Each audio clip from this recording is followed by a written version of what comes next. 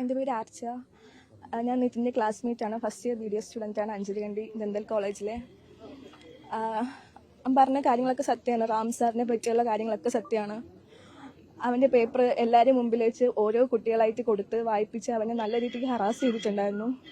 അവനെ മാത്രമല്ല, ക്ലാസ്സിനെ ഫുൾ ബോഡി ഷെയിം ചെയ്യാറുണ്ട്. എന്നെ ഫാറ്റി ഗേൾ എന്ന് വിളിക്കാറുണ്ട്. നിറം കുറവാണെങ്കിൽ കറുത്തിട്ടാണ് പറയാറുണ്ട്. നിറം കൂടിയ കുട്ടിയാണെങ്കിൽ യു ലുക്ക് ലൈക്ക് സിൻഡ്രല്ല എന്നും പറയാറുണ്ട്. നമ്മളെയൊക്കെ അപ്പോൾ അങ്ങ് അടിച്ച് താത്ത സംസാരിക്കുന്നത്. ഇപ്പം ഈ ഇൻസിഡൻറ്റ് കഴിഞ്ഞതിന് ശേഷം സീനിയേഴ്സ് നമ്മളോട് പറയുന്നുണ്ട് അവർ ഇങ്ങനെ ഒരു ട്രോമ കടന്നിട്ട് വന്നേ, അവരും സൂയിസൈഡിൻ്റെ അറ്റം വരെ എത്തിയിട്ടുണ്ട്. ഇതിന് മുന്നേ നമ്മളിട്ട് പറഞ്ഞു, റാമെന്ന് പറഞ്ഞ സാറുണ്ട്, എല്ലാവരും നോക്കുക, സാർ എന്താണ് പറഞ്ഞത് അത് ചെയ്യുക, സാർ അറ്റൻഡൻസ് കളയും. അതാണ് നമ്മൾ എത്രയും പേടി. അറ്റൻഡൻസ് ഇല്ലെങ്കിൽ എക്സാം പോലും എഴുതാൻ പറ്റത്തില്ല. ക്ലാസ്സിൽ കയറി അന്നത്തെ ദിവസം കളയും, പിറ്റേ ദിവസം കളയും, ഒരു മാസത്തെ വേണമെങ്കിലും അങ്ങനെ കളയും. അത് പേടിച്ചിട്ടാണ് ക്ലാസ്സിൽ പോണേ. ക്ലാസ്സിൽ പോകുമ്പോൾ തന്നെ പറയും, നിങ്ങളൊന്നും പഠിപ്പിക്കത്തൊന്നുമില്ല, മതപരമായ കാര്യങ്ങളും ബോഡി ഷേമിങ്ങും മാത്രം. 1 മണിക്കൂർ ക്ലാസ് എങ്കിൽ 55 മിനിറ്റും അത് മാത്രമേ പറയത്തുള്ളൂ. 5 മിനിറ്റ് മാത്രം ക്ലാസ് എടുത്തിട്ട് പോകും. ക്ലാസ് എടുത്തിട്ട് പോയി ഒന്നും പഠിപ്പിക്കാറില്ല. അങ്ങനെ പിറ്റേ ദിവസം വരുമ്പോൾ ടെക്സ്റ്റ് വായിച്ചാൽ ചോദിക്കും, പഠിപ്പിച്ചാലേ ടെക്സ്റ്റ് വായിക്കാൻ പറ്റത്തുള്ളൂ. അത് വായിച്ചില്ലെങ്കിൽ പറയും എല്ലാവരും ഇറങ്ങിപ്പോക്കോ, നിങ്ങൾക്ക് 3 മാസത്തെ അറ്റൻഡൻസ് ഇല്ല എന്ന് പറയും. അറ്റൻഡൻസ് ഇല്ലെങ്കിൽ എക്സാം പോലും എഴുതാൻ പറ്റത്തില്ല. എന്ത് പറഞ്ഞാലും ഒന്ന് പറഞ്ഞ് രണ്ടിന് അറ്റൻഡൻസാണ് കളയുന്നത്. അവനെ നന്നായിട്ട് ഹറാസ് ചെയ്യുന്ന അവൻ ടാർഗറ്റ് ആയിരുന്നു സാറിന്റെ. ക്ലാസ്സിൽ വെച്ച് അവനോട് മീറ്റിങ്ങിന് എന്താ വരാത്തേ ചോദിച്ചു പാരൻസ്. അപ്പോൾ പറഞ്ഞു അമ്മയ്ക്ക് വയ്യ, സർജറി കഴിഞ്ഞിട്ടേ ഉള്ളൂ പറഞ്ഞു. അപ്പോൾ പറഞ്ഞു ഇനി അമ്മയ്ക്ക് കാലിന് കുഴപ്പമൊന്നുമില്ലല്ലോ, വരാൻ പറ്റത്തില്ലേ ചോദിച്ചു. അങ്ങനെ അവനോട് എന്തോ പറഞ്ഞു, എന്നാൽ നിന്റെ ഓർഗനും കൂടെ നീ കളഞ്ഞോ എന്നുള്ള രീതിയിലൊക്കെ അവനോട് സംസാരിച്ചിട്ടുണ്ടായിരുന്നു. എന്നിട്ട് ക്ലാസ്സിലിരിക്കുന്ന കുട്ടിയെ വേറെ കുട്ടി കൊണ്ട് അടിപ്പിക്കുക, അടിച്ച് ശരിയായില്ലെങ്കിൽ ചോദിക്കും നീ എന്താ ട്രാൻസ്ജെൻഡർ ആണോ, ഗേ ആണോ എന്നൊക്കെ ചോദിക്കണം. നമുക്കൊന്നും മിണ്ടാൻ പറ്റത്തില്ല അവിടെ. ഞങ്ങൾക്കിപ്പോൾ കംപ്ലൈൻറ്റ് ചെയ്തിട്ടില്ല എന്ന് തന്നെ പറയാം. പേടിച്ചിട്ടാണ് കംപ്ലൈൻറ്റ് ചെയ്യാത്തത്. ചെയ്യുമ്പോൾ പിന്നെ സാർ അറിഞ്ഞിട്ട് എന്താ ഇനി പറയാൻ പോകുന്നത്, ഇനി നമ്മൾ എന്താ ചെയ്യാൻ പോകുന്നത്, നമ്മൾ എക്സാം തോപ്പിക്കും, 5.5 വർഷത്തെ കോഴ്സ് 10 വർഷം 12 വർഷം ഇരിക്കേണ്ടി വരും. ആ ഒരു ടെൻഷൻ കാരണം ആരും ഒന്നും ചെയ്യാറില്ല. സാറിന് സസ്പെൻഷൻ എന്തോ കഴിഞ്ഞ വർഷം എന്തോ കിട്ടിയിട്ടുണ്ടായെന്ന് പറഞ്ഞു. സാറ് ക്ലാസ്സിലും പറയാറുണ്ട് എനിക്ക് സസ്പെൻഷൻ കിട്ടിയാലും ഒന്നുമില്ല, അതിനെക്കാട്ടി ഞാൻ ഊർജ്ജത്തോടെ ഞാൻ ക്ലാസ്സിൽ വരും, നിങ്ങൾ കംപ്ലൈൻറ്റ് ചെയ്തോ, എന്താണെന്ന് വെച്ചാൽ കംപ്ലൈൻറ്റ് ചെയ്തോ, എനിക്ക് കുഴപ്പമില്ല. ക്ലാസ്സിൽ പബ്ലിക്കായിട്ട് പറഞ്ഞിട്ടുണ്ട് ഞാൻ ഒരാളെ കൊന്നിട്ടുണ്ട്, എല്ലാം സത്യമാണ്. ആ കുട്ടി പറഞ്ഞതൊക്കെ സത്യമാണ്. ഇതിലൊന്നും കള്ളത്തരം ഒന്നുമില്ല. ഞങ്ങൾ നേരത്തെ കംപ്ലൈന്റ് ഒക്കെ കൊടുത്തിട്ടുണ്ടായിരുന്നു. അപ്പൊ അത് എത്രത്തോളം അത് എത്തേണ്ടവരിൽ എത്തിയിട്ടുണ്ടെന്ന് ഞങ്ങൾക്ക് അറിയത്തില്ല. അപ്പോൾ ഞാൻ സീനിയറാണ്. അപ്പോൾ ഞങ്ങൾ കംപ്ലൈന്റ് ഒക്കെ കൊടുത്തിട്ടുണ്ടായിരുന്നു. ഇതിപ്പോൾ ആദ്യത്തെ സംഭവം അല്ലാത്തതുകൊണ്ട് തന്നെ ഞങ്ങളുടെ കൂടെ ഉണ്ടായിരുന്ന ബാച്ച്മേറ്റിൽ നിന്ന് സംസാരിച്ച ശാലോം അവരുടെ ബാച്ചൊക്കെ കംപ്ലൈന്റ് കൊടുത്തിട്ടുണ്ടായിരുന്നു. അത് എത്രത്തോളം എത്തിയിട്ടുണ്ടെന്ന് അറിഞ്ഞിട്ടില്ല. എൻ്റെ പേര് കീർത്തി. ഞാൻ ഇപ്പോൾ ഫൈനൽ ഇയർ. വിദ്യാർത്ഥികൾ വരാത്ത സാഹചര്യമാണ്. ക്ലാസ്സിൽ തന്നെ എല്ലാവർക്കും ഒരു ഷോക്കായിരുന്നു. ഇതാരും ഒന്നും പ്രതീക്ഷിച്ചില്ലായിരുന്നില്ല.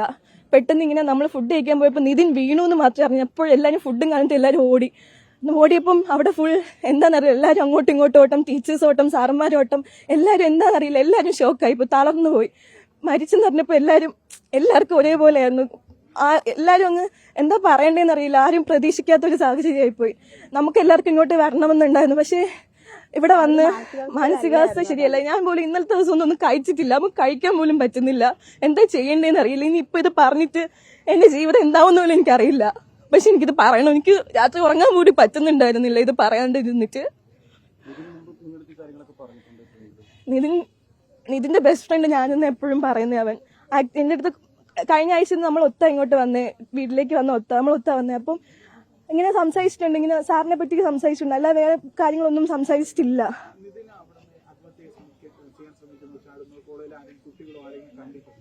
നമ്മൾ കാഷ്വാലിറ്റി നിന്നപ്പോൾ പേഷ്യൻസ് പറയുന്നുണ്ടായിരുന്നു അവൻ ആ മോളിൽ നിന്ന് ചാടുന്ന കണ്ടിട്ടുണ്ടായിരുന്നു, അപ്പം പെട്ടെന്നായിരുന്നു എല്ലാം എന്നുള്ള രീതി സംസാരിച്ചിട്ടുണ്ടായിരുന്നു. അല്ലാതെ വേറെ ടോക്കൊന്നും അതിനെ പറ്റി വന്നിട്ടില്ല.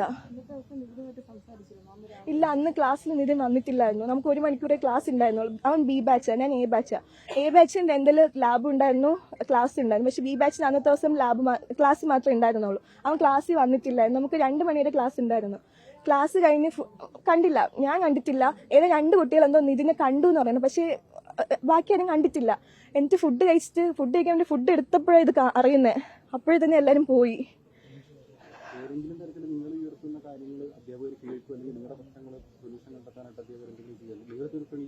ഇപ്പൊ നമ്മൾ ഒരു ഡിപ്പാർട്ട്മെന്റിൽ എന്തെങ്കിലും ഒരു കംപ്ലൈന്റ് കൊടുത്തിട്ടുണ്ടെങ്കിൽ ആ ഡിപ്പാർട്ട്മെന്റ് മാത്രമേ അതിന്റെ കാര്യങ്ങൾ നോക്കത്തുള്ളൂ. ഇപ്പൊ നമ്മൾ ഈ ഡെന്റൽ അനാറ്റമിയുടെ കാര്യത്തിൽ നമ്മൾ കംപ്ലൈന്റ് കൊടുത്തിട്ടുണ്ടായിരുന്നു. തേർഡ് ഇയറിൽ അത് ഓറൽ പാത്തോളജി ആയിട്ടാണ് വരുന്നത്. അപ്പൊ നമ്മൾ കംപ്ലൈന്റ് കൊടുത്തിട്ടുണ്ടായിരുന്നു. അസ്മിത് സാർ വന്നിട്ട് ഇങ്ങനെ തന്നെയാണ് സംസാരിക്കുന്നത്. ഓക്കെ, നിങ്ങൾക്ക് കംപ്ലൈന്റ് കൊടുക്കണമെങ്കിൽ കൊടുക്കാം, അറ്റ് ലാസ്റ്റ് നിങ്ങൾക്ക് തന്നെയാണ് നഷ്ടം എന്നുള്ള രീതിയിൽ പറയാറുണ്ടായിരുന്നു. ഇന്ന് സ്റ്റുഡൻസ് പറഞ്ഞ എല്ലാം സത്യമാണ്.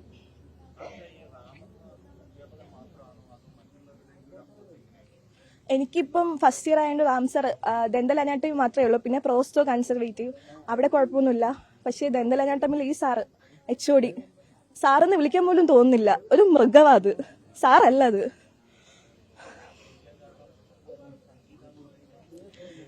സംഗീത മാം ക്ലാസ്സിൽ എന്താ എല്ലാവരും പഠിപ്പിച്ചിട്ട് പോകുന്നു. സ്റ്റാഫ് റൂമിലെ കാര്യം അറിയത്തില്ല. ഇപ്പം നിതിൻ പറഞ്ഞിങ്ങനെ സ്റ്റാഫ് റൂമിലെ കാര്യം നമ്മളോടൊക്കെ സംഗീത മാം പഠിപ്പിക്കുന്നു പോകുന്നു, വേറെ കാര്യത്തിലൊന്നും അങ്ങനെ ഇടപെടാറില്ല.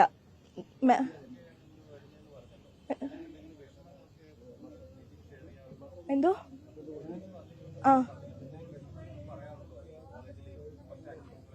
അവൻ പറഞ്ഞിട്ടുണ്ട് ഇങ്ങനെ ലാസ്റ്റ് ക്ലാസ്സിൽ അവനെ പുറത്താക്കിയപ്പം അവൻ ചോദിച്ചു, ദേവി എന്നെ മാത്രം എന്തിനാ ഇങ്ങനെ ടാർഗറ്റ് ചെയ്യുന്നത്, ഞാൻ എന്താ ചെയ്തേ? ഞാൻ പറഞ്ഞു, എടാ നീ കൂളാവും, നമുക്ക് നോക്കാം. അവൻ എന്തോ കുറച്ച് സമയം വിഷമൊക്കെ വരുമ്പോൾ എൻ്റെ അടുത്ത് സംസാരിക്കണ്ട. ഇപ്പം വീട്ടിലായിരുന്ന സമയത്ത് ഞാൻ അവനെ വിളിക്കാറുണ്ട്, എടാ നീ വാ, ഞാനുണ്ടല്ലോ, നമുക്ക് സംസാരിക്കാം, നിനക്ക് എന്ത് പ്രശ്നം ഉണ്ടെങ്കിലും നീ എന്നെ വിളിക്കുക, ഞാനുണ്ടാ, നീ ഒറ്റപ്പെടുവോ അങ്ങനെ ഒന്നും വിചാരിക്കണം, എന്നോട് എല്ലാവരും മിണ്ടും, ഗേൾസ് ആയാലും ബോയ്സ് ആയാലും എല്ലാവരും നിന്റെ കൂടെ ഉണ്ടാവും എന്നും പറഞ്ഞ് ഞാനും വിളിച്ചിട്ടുണ്ടായിരുന്നു. അപ്പൊ അവൻ വിളിക്കുമ്പോൾ സംസാരിക്കും, എനിക്ക് വരികയും ചെയ്തു. വീട്ടിലുണ്ടായിരുന്ന സമയത്ത്. അതെ, അതിനെപ്പറ്റി എനിക്ക് അറിയില്ല. അന്നും എന്തോ വരാൻ തോന്നുന്നില്ല, പറ്റുന്നില്ല എന്നൊക്കെ പറഞ്ഞിട്ടുണ്ടായിരുന്നുള്ളൂ. കൂടുതൽ പറ്റി ഒന്നും പറഞ്ഞിട്ടില്ല.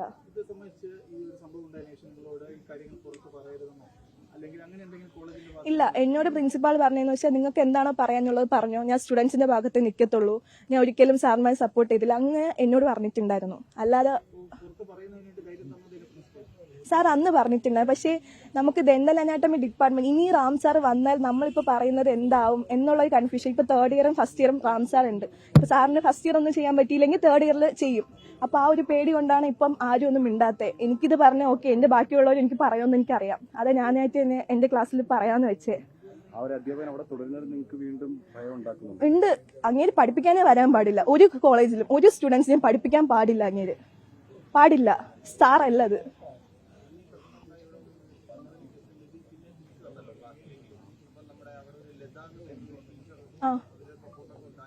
ലതാ മാം ഇങ്ങനെ എനിക്ക് സ്ക്രീൻഷോട്ടൊക്കെ അയച്ചിട്ടുണ്ടായിരുന്നു. ലതാ മാം നോട്ട്സ് അയച്ചു കൊടുത്ത് പഠിക്കാനുള്ളതൊക്കെ പറഞ്ഞിട്ട് അപ്പോൾ നല്ല സപ്പോർട്ടീവാണ് എന്നുള്ള രീതിയിലൊക്കെ എന്നോട് പറഞ്ഞിട്ടുണ്ട്. അല്ലാതെ മാം എപ്പോഴും സ്റ്റുഡൻസ് പഠിക്കണം എന്നുള്ള ആഗ്രഹിക്കുന്ന ഒരു മാമാണ്. പഠിക്കുക, എക്സാം ലാസ്റ്റ് സമയമായാലും ഇന്റേണൽ എക്സാമിനൊക്കെ നന്നായിട്ട് നോട്ട് കൊടുക്കുകയും പഠിപ്പിക്കുകയൊക്കെ ചെയ്യുന്ന ഒരു മാമാണ്. ലതാ മാം അങ്ങനെ ചെയ്യാറില്ല. നമുക്ക് ഞാനിപ്പോ ഫൈനൽ ഇയർ ആയിട്ട് പോലും നമ്മളെ ഇപ്പോഴും കോണ്ടാക്ട് ഉള്ള മാം വളരെ ചുരുക്കം മാമിൽ ഒരാള് ലതാ മാം ആണ്. അപ്പൊ ലതാ മാം ഒന്നും അങ്ങനെ ഒരു എങ്ങനെയെങ്കിലും ആ കുട്ടി രക്ഷപ്പെടണമെങ്കിൽ രക്ഷപ്പെട്ടോട്ടെ എന്ന് വിചാരിക്കുന്ന ആൾക്കാരാ. അതായത് എക്സാമിന് എങ്ങനെ എഴുതണം എല്ലാ രീതിയിലും പറഞ്ഞു നല്ലൊരു സപ്പോർട്ടീവ് ആയിട്ടുള്ള ടീച്ചറാണ്. സംഗീത മാം ആയിരുന്നാലും അങ്ങനെയാണ്. സംഗീത മാമൊക്കെ ക്ലാസ്സിൽ വന്ന വരിക, മാമിന് എന്താണോ ടോപ്പിക്ക് കൊടുത്തിട്ടുള്ളത് മാം അത് ക്ലിയർ ആയിട്ട് പഠിപ്പിക്കുക, അത് മാത്രം ചെയ്യുന്നത്. നമുക്ക് എന്തെങ്കിലും ഡൗട്ട്സ് ഉണ്ടെങ്കിൽ ചോദിക്കാം, നമുക്ക് എന്തെങ്കിലും പേഴ്സണൽ ഇഷ്യൂസ് ഉണ്ടെങ്കിൽ പറയാം, അങ്ങനെയൊക്കെ ഉള്ളതാണ് സംഗീത മാം. മാം എങ്ങനെ ഇതിലേക്ക് വന്നെന്ന്